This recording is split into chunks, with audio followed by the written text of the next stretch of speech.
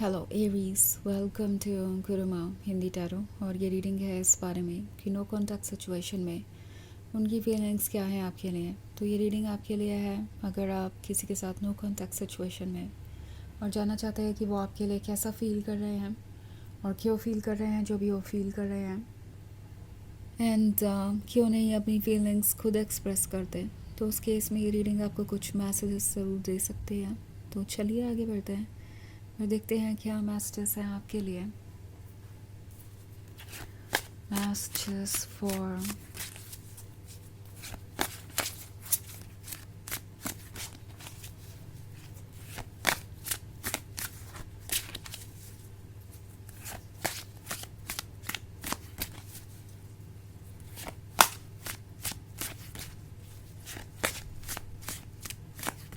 Aries.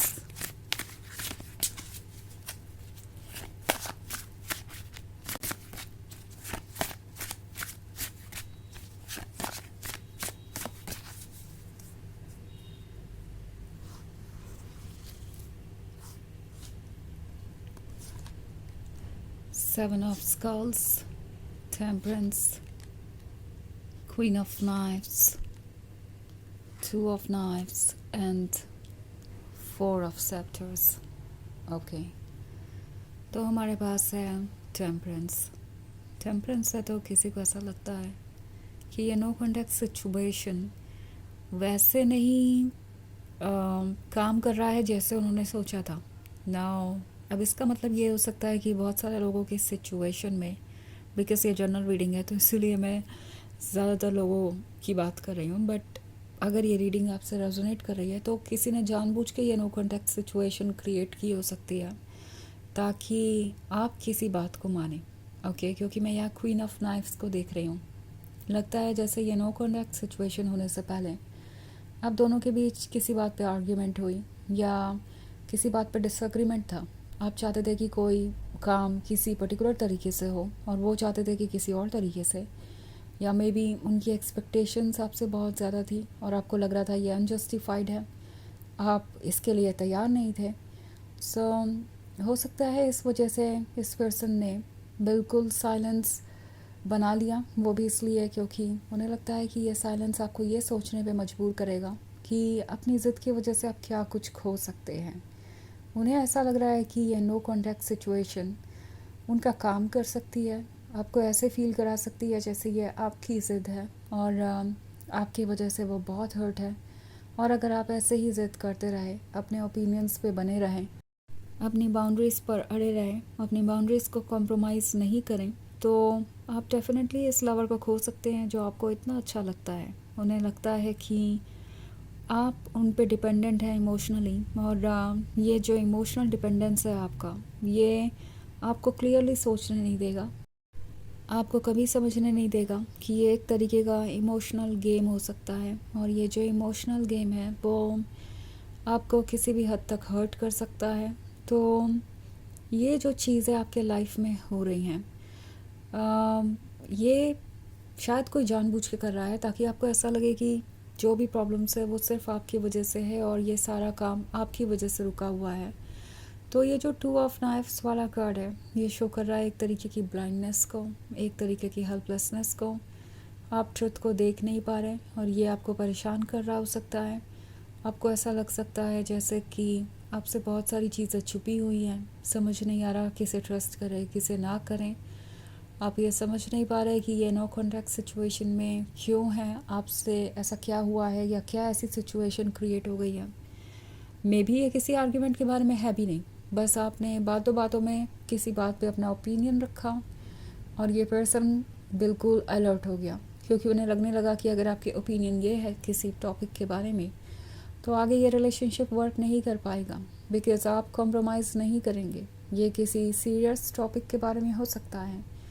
तो इनके according एक रिलेशनशिप तभी काम कर सकता है जब उस रिलेशनशिप में सिर्फ़ और सिर्फ उनके ओपिनियन को सुना जाए, और इसी वजह से उन्होंने आपसे दूरी बनाई हो सकती है। नाउ सेवन ऑफ स्कल्स का कार्ड है।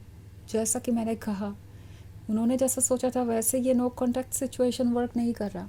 उनके अकॉर्डिंग तो अब तक आपको उन्हें चेस करना चाहिए था, आपको उन्हें अप्रोच कर लेना चाहिए था, आपको प्यार मांगना चाहिए था उनसे, बट ऐसा कुछ नहीं हो रहा। अगर ये नो कॉन्टैक्ट सिचुएशन उन्होंने क्रिएट की है, अगर वो ये माइंड गेम खेल ही रहे हैं, तो आप उन्हें ये खेल उनसे बेहतर खेल के दिखा रहे हैं, उन्हें ऐसा लगता है, क्योंकि आपने खुद को उनसे दूर कर लिया है। चाहे आप जितने भी हर्ट हो, जितना भी बुरा आप फील कर रहे हो, आप उनके पास नहीं जा रहे, आप उनसे प्यार की भीख नहीं मांग रहे, ना ही आप उन्हें चेज़ कर रहे हैं। तो उन्हें दिख रहा है कि कहीं ना कहीं आपने खुद को संभाल लिया है, आपने खुद को प्रोटेक्ट कर लिया है।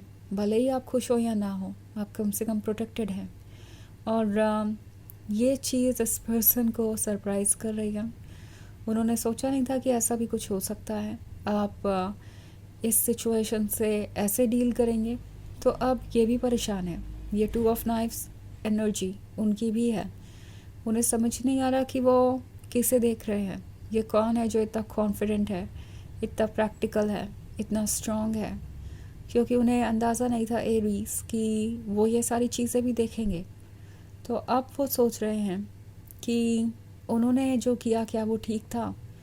ये जो 4 ऑफ सेक्टर्स वाला कार्ड है, ये कमिटमेंट को दर्शाता है, उस कमिटमेंट को जो बहुत ज़रूरी है और उन्हें चाहिए था। ये धीरे धीरे क्लोज़ आ रहा था, आप दोनों इस कमिटमेंट के बहुत क्लोज़ थे, एंड देन फिर वो कुछ ऐसा करते हैं और सब कुछ बिखर जाता है। तो उन्हें पता चल गया है कि वो कितने रिस्की सिचुएशन में है, और अब ये बात उन्हें डरा रही है। अभी वो यही फील कर रहे हैं जैसे कि उनसे कोई गलती हो गई है, पर फिर भी इंतज़ार कर रहे हैं कि शायद खुद ब खुद कुछ ठीक हो जाएगा। हो सकता है वो थोड़ा और वेट करे और आप उन्हें अप्रोच कर लें। तो अभी भी ये पर्सन इसी बात का इंतज़ार कर रहा है कि कुछ अपने आप बदल जाएगा। तो वैसे ये एक जनरल रीडिंग है, ये सबसे रेजोनेट नहीं करेगी, एनर्जी रिवर्स हो सकती है अगर आप क्रॉस वॉचर हैं। इसके अलावा अगर आप पिछले वीक की रीडिंग या ईयरली रीडिंग देखना चाहें 2026 की, तो उसका लिंक आपको डिस्क्रिप्शन बॉक्स में मिल जाएगा हमेशा की तरह। तो चलिए आगे बढ़ते हैं और देखते हैं और क्या मैसेजेस हैं आपके लिए। Messages for Aries, justice, 3 of knives, Ace of knives, the hermit and 2 of grails. Okay, तो ये जो 3 ऑफ नाइफ्स वाला कार्ड है, ये सेपरेशन के पेन को दर्शाता है। उन्हें डर है कि जो हुआ वो हो चुका है और अब उसे पलटा नहीं जा सकता। उन्हें लगता है कि अब आप जस्टिस चाहेंगे, आपने जो देखा है वो अब भूल नहीं सकते आप, और डेफिनेटली आप चाहेंगे कि ये रिलेशनशिप बैलेंस हो, और उसके लिए भी ये प्रिपेयर्ड नज़र नहीं आ रहे। हर्मिट का कार्ड है, तो अकेलापन महसूस कर रहे हैं और समझ नहीं पा रहे कि इस अकेलेपन से कैसे डील करें। इसलिए 2 ऑफ ग्रेल्स के बारे में सोचते हैं, आपके बारे में ड्रीम करते हैं। फैंटेसीज़ है, पर ये सारी बातें वो आपसे कहना नहीं चाहते। सो उन्हें ऐसा लगता है कि जो हुआ वो उनकी ही मिस्टेक थी, एक बहुत बड़ी मिस्टेक, पर इस मिस्टेक को अब सही नहीं किया जा सकता। अगर मिस्टेक हो ही गई है तो अब इसे एक्सेप्ट करना पड़ेगा, एज इफ़ उन्हें इसी मिस्टेक के साथ जीना पड़ेगा। दूसरी तरफ एस ऑफ नाइफ्स है, तो ये सेपरेशन अभी बना रह सकता है। इन्हें नहीं लगता कि अभी कुछ कहना ठीक होगा, बिकॉज़ अगर कुछ नहीं कहते हैं वो, तो शायद अपने आप उन्हें अप्रोच कर ले, बट अगर वो कुछ कहते हैं तो हो सकता है कि आप उनसे जस्टिस की उम्मीद करें। आप चाहें कि ये रिलेशनशिप बैलेंस्ड हो, और इसके लिए तो वो अभी भी मुझे प्रिपेयर्ड नज़र नहीं आ रहे हैं। तो चलिए देखते हैं आपके लिए ऑरेकल मैसेज क्या है।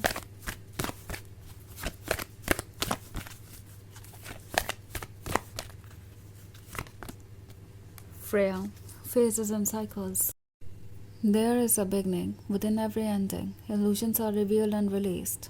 तो हर चीज़ के ख़त्म होने के साथ कुछ नया शुरू होता है। हमें लगता है कि वो एंड है, लेकिन वो एंड नहीं होता, वो किसी चीज़ की शुरुआत भी होती है।